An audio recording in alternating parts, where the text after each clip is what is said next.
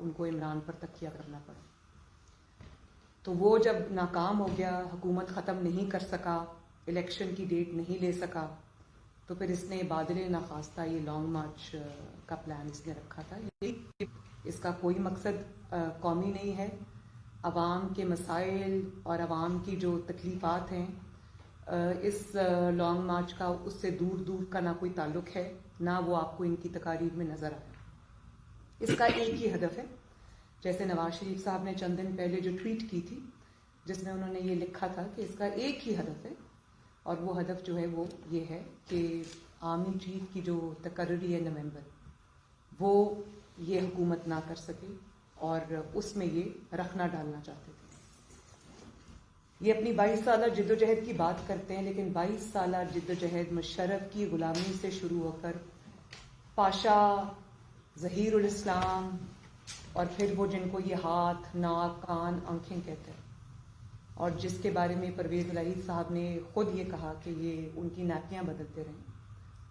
تو یہ سارا انہی پہ ان کا تکیہ ہے, انہی پہ دار و مدار ہے ان کا. اور انشاءاللہ تعالی اس کا یہ پلان بھی فیل ہوگا. اس کو یہ پتہ ہونا چاہیے کہ تقرری جو ہے آرمی چیف کی رائٹ فلی, کانسٹیٹیوشنلی, لیگلی اس کو شہباز شریف صاحب بطور وزیر اعظم کریں گے, اور انشاءاللہ تعالی وہ ایک اچھے ماحول میں ہوگی, پیسفلی ہوگی. نہ اس سے عمران خان صاحب کا کوئی لینا ہے نہ دینا ہے. یہ انشاءاللہ اس میں ناکام ہوں گے. اور آج جو آپ دیکھ رہے ہیں کہ ان کے فرسٹریشن کا لیول ہے, ان کو پتہ ہے کہ جو آخری کارڈ تھا وہ بھی ان کے ہاتھ سے نکل گیا ہے. لانگ مارچ میں لوگوں نے شرکت نہیں کی. بھئی لوگ کیوں آپ کے لانگ مارچ میں شرکت کریں؟ ماؤں کے بیٹے کیوں آپ کے لانگ مارچ میں شرکت کریں جبکہ آپ کے اپنے بیٹے لندن میں محفوظ ترین مقامات پر ہیں اور ان کو کوئی خطرہ نہیں ہے, وہ سڑک پر رل نہیں رہے, وہ دھکے نہیں کھا رہے آپ کے جھوٹوں کی خاطر. تو قوم کے بیٹوں کو کیا ضرورت پڑی ہے کہ وہ آپ کے جھوٹوں کا دفاع کرنے کے لیے, آپ کی چوریوں کا دفاع کرنے کے لیے, آپ کے ڈاکوں کا دفاع کرنے کے لیے سڑکوں پہ نکلے؟ ایک تو یہ وجہ ہے. اور دوسری یہ وجہ ہے کہ اب یہ ابھی بھی وہی اسٹیبلشمنٹ ڈھونڈ رہا ہے جو اس کے ہاتھ بن جائے, جو اس کے آنکھیں بن جائیں, جو اس کے ناک بن جائیں, جو اس کے کان بن جائیں. اور عوام کو اس بات کا پتہ ہے. اس لیے آپ دیکھیں کہ لانگ مارچ آج کتنے 5 دن ہو گئے ہیں شاید لانگ مارچ کو. 5 دن میں وہ جو پارٹ ٹائم لانگ مارچ ہے اس کو پارٹ ٹائم لانگ مارچ کہنا چاہیے. کھانا کھا کے دوپہر کا یہ گھر سے نکلتے ہیں لاہور سے, اور پھر شام کی چائے پینے کے لیے یہ گھر واپس چلے جاتے ہیں. تو یہ جو پارٹ ٹائم لانگ مارچ ہے یہ 2 دن میں 2 گھنٹوں میں ختم ہو جاتے ہیں. ہر 10 میل کے بعد یہ واپس لاہور آ جاتے ہیں. اور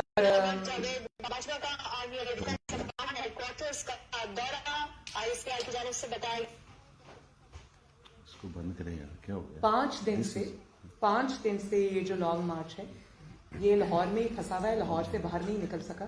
اور کل ہم یہ سن رہے تھے کہ یہ لانگ مارچ جو ہے وہ ابھی 9-10 دن میں بھی نہیں پہنچے گا اسلام آباد. تو بھائی جب آپ 3 بجے دوپہر کو شروع کر کے شام کو 6 بجے لانگ مارچ ختم کر دیں گے, وہ تو مہینہ نہیں پہنچے گا. اس کا یہ تو مطلب نہیں آپ ٹریفک سے, ایک چلتی ہوئی ٹریفک سے خطاب کر رہے ہوتے ہیں اور کوئی مجمع نہیں ہوتا آگے, کوئی بس چند لوگ جو آپ کے کنٹینر کے آگے پیچھے ہوتے ہیں وہ ہوتے ہیں, اور اس کے بعد وہ جو وہاں سے ٹریفک آ رہی ہوتی ہے وہ ٹریفک کے رش کو آپ دکھا رہے ہوتے ہیں کہ یہ اس کا لانگ مارچ ہے. تو بھائی اس طرح تو 1 مہینہ بھی لانگ مارچ نہیں پہنچے گا, کیونکہ 2-3 گھنٹے روز لانگ مارچ ایک وہ ایسی کوئی ایکٹیویٹی ہے 2-3 گھنٹے بعد وہ ختم ہو جاتی. تو آج سنا ہے کہ گجرانوالہ میں لانگ مارچ اپنا پورا دن سپینڈ کرے گا. تو گجرانوالہ کے شہری تو نہ صرف بہت عقل اور شعور رکھتے ہیں بلکہ جذبہ بھی رکھتے ہیں اور سیاسی دانش بھی ہے ان کو.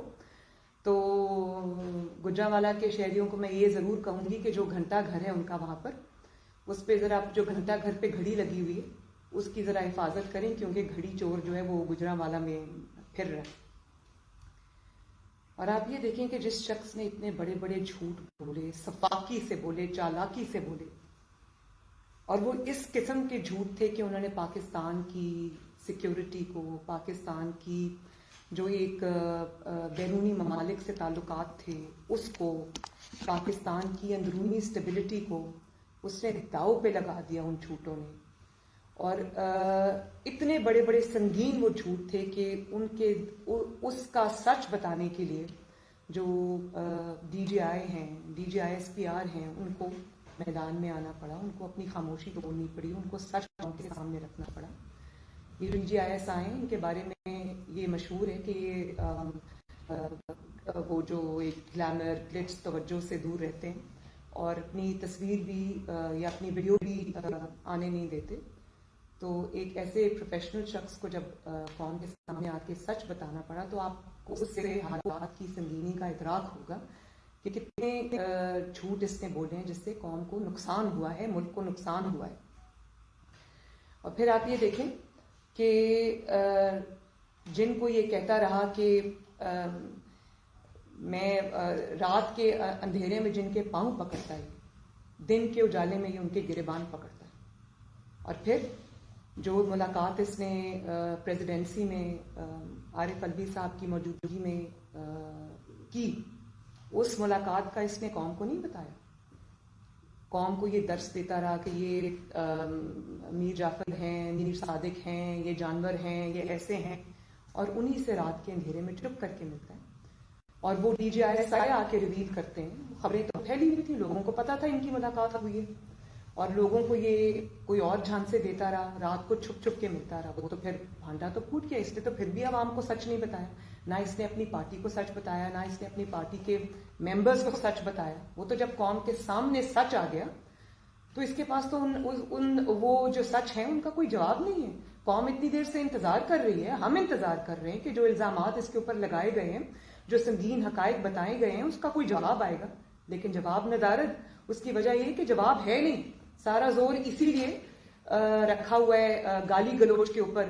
اوے فلاں میں تمہیں نہیں چھوڑوں گا، میں تم پہ 10 ارب کا ہرجانے کا دعویٰ کروں گا، چیف الیکشن کمشنر ان کا ذاتی نوکر ہے. آپ کو شرم آنی چاہیے ایسی بات کرتے وقت. وہ چیف الیکشن کمشنر آپ نے لگایا ہے، اور جب تک وہ آپ کی جو جرائم ہے اس کو سامنے نہیں لایا، اس سے اچھا چیف الیکشن کمشنر کوئی نہیں تھا. اور آج جب اس نے حقائق، اس نے کوئی کہانیاں نہیں گھڑی تمہاری طرح، کوئی کاماں پر نااہلی نہیں ہوئی. آج اس نے حقائق قوم کے سامنے رکھے ہیں کہ تم نے یہ چوری کی ہے، تم نے منی لانڈرنگ کی ہے، تم نے توشہ خانہ کا مال لوٹا ہے.